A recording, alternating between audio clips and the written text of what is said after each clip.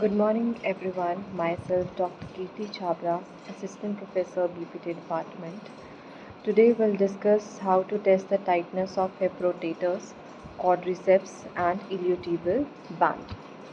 So, first, how to test the tightness of hip rotators. The medial and lateral hip rotators can be tested by placing the patient in the supine line with the hip and knee flexed to 90 degrees. For lateral rotators, the patient is asked to medially rotate the hip by rotating the leg outward. If the lateral rotators are tight, the medial rotation will be less than 30 to 40 degree, and the end field would be the muscle stretch rather than the tissue stretch. For the medial rotators, the patient is asked to laterally rotate the hip by rotating the leg inward.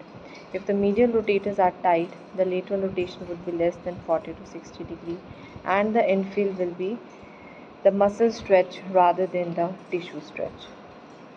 Now, how to test the tightness of the quadriceps, that is also known as the vasti muscles. So, in the prone position, the examiner passively flex the knee as much as possible. If the passive knee flexion is 90 degree or more than that, it is only a mild contusion.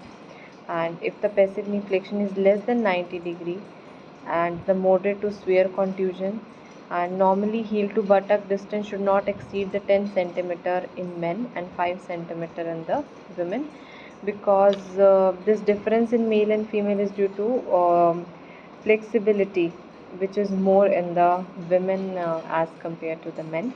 And if the range is limited and the end field is muscle stretch, then it means the vastus medialis, lateralis and intermedius are tight.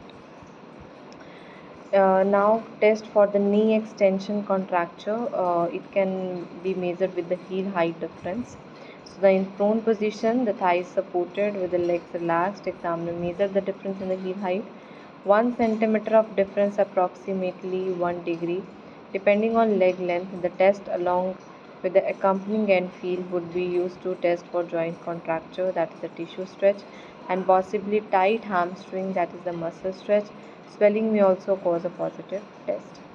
So, in this way, if there is a heel height difference, it means you can have the contracture. Next, we have the Uber's test. Uber's test to assess the TFL, that is the transaphacial lata or IT band for contracture.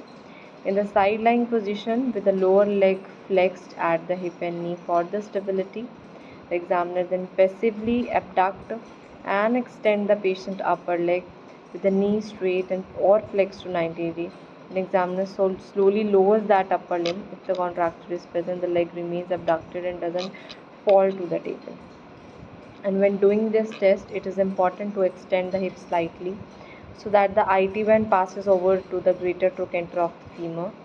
To do till the examiner stabilizes the pelvis at the same time, stop the pelvis from falling backward. It is this test also describes the knee flexed. However, the IT band has a greater stretch when the knee is extended. Also, when the knee flexed during the test, the greater stress is placed on the femoral nerve.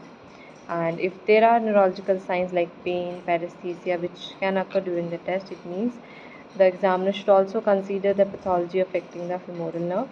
And tenderness over the GT, that is the greater trochanter, should lead the examiner to consider that it might lead to the trochanteric bursitis.